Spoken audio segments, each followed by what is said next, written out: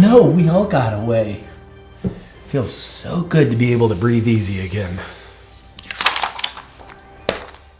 The verdict is in on the Ghislaine Maxwell trial. She is guilty on 5 of 6 counts of sex trafficking for Bill Clinton's friend, Jeffrey Epstein. With so much criminal activity to be uncovered about Epstein's underage sex ring involving very high-profile people, here's everything we learned from the trial.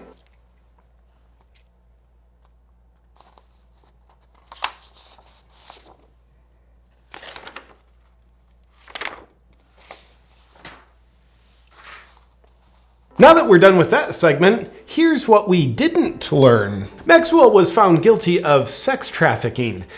We know who she sex trafficked, the victims. We know who she sex trafficked for, Epstein, but we don't know who she sex trafficked to. The prosecutors must have just forgotten this key question that happens to be the most important question of this whole case. With the high-profile sickos in Epstein's black book that deserve to be brought to justice for their criminal activity, normally the prosecutor would offer a plea deal in exchange for Maxwell naming names so that, well, justice could be served, because the prosecutors, after all, are part of the justice system. Did the prosecutors do that in this case?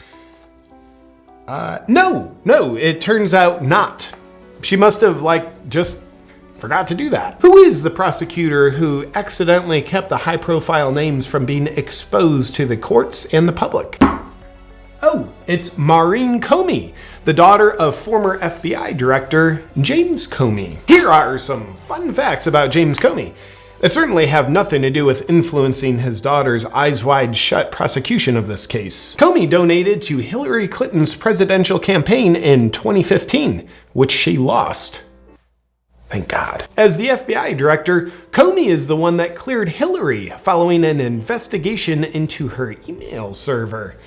Hillary Clinton happens to be the wife of former President Bill Clinton. Speaking of Bill Clinton, while there was an investigation into potential illegal corruption of his presidential pardon of Mark Rich, James Comey took over the investigation and then concluded Bill Clinton did nothing illegal. And Bill Clinton happened to fly on Epstein's private jet 26 times and visited his pedo island. And our fact checkers have concluded that none of that correlates to anything. Let's move on. James Comey, who has a proven track record of protecting the Clintons, must be proud of his daughter, who was just coincidentally assigned to prosecute Maxwell and forgot to uncover the names of who she sex trafficked to. In other coincidental news, Maureen Comey was set to be the prosecutor of Jeffrey Epstein, prior to him definitely killing himself. What are the odds that she would be the prosecutor in both cases? Kinda low, right? But that's cool. While she was working the Epstein case, Jeffrey had a first unsuccessful suicide attempt. There was video footage from outside his cell at that time, and Maureen Comey just accidentally lost the footage. Probably nothing on it, or else she would have kept better track of it, right? And besides, everyone makes mistakes. Like for me, I can never find my car keys. Oh, here they are. These are actually pretty hard to lose. Moving along to other news also worth suppressing, the presiding judge over the case, Judge Allison Nathan, allowed evidence to be redacted to hide sensational and impure information. Like a little black book listing high-profile names of child abusers? Yes, let's hide that. Judge Nathan also banned all press from the trial. Why would she do that? We don't know.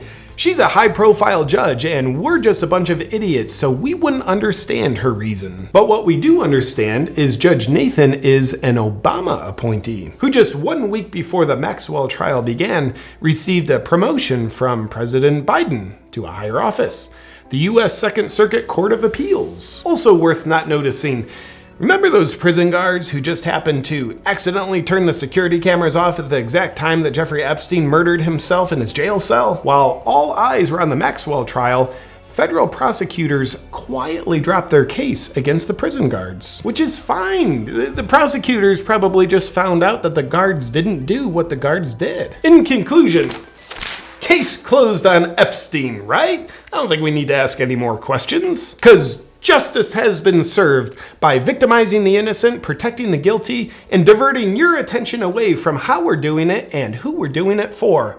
Oh look, it's the Omicron variant. Good night.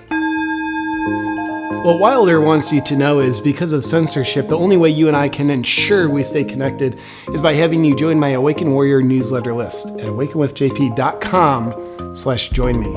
Right, Wilder?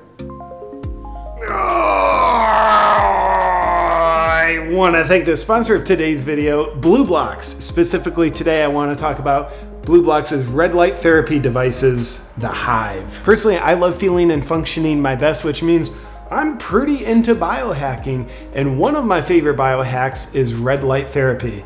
And it's not just because I have red hair. It's because it works. The biohacking community knows that red light therapy has anti-aging effects on the skin, speeds healing from injuries, speeds recovery from exercise, helps with sleep, and also produces cellular energy. The red light and near infrared light cause your cells to produce more ATP energy, which means you become healthier and doing whatever it is your body needs to do. But it also means you have more energy. It's one of the reasons why I love it. The BlueBlox Hives come in 4 different sizes. This is the Hive Max, and I want to introduce you to a little friend of mine. This is the Hive Mini. I like to use this one on spot injuries when my inner idiot takes over and I hurt myself, which I tend to do pretty often. I'm giving my red light therapy device red light therapy. If you're looking for another tool to take your health and biohacking games to the next level, the BlueBlox red light therapy devices are top of the line. To check out the Hive and BlueBlox's full line of blue light blocking glasses, just go to blueblox.com/JP and be sure to use the discount code JP to get 15% off.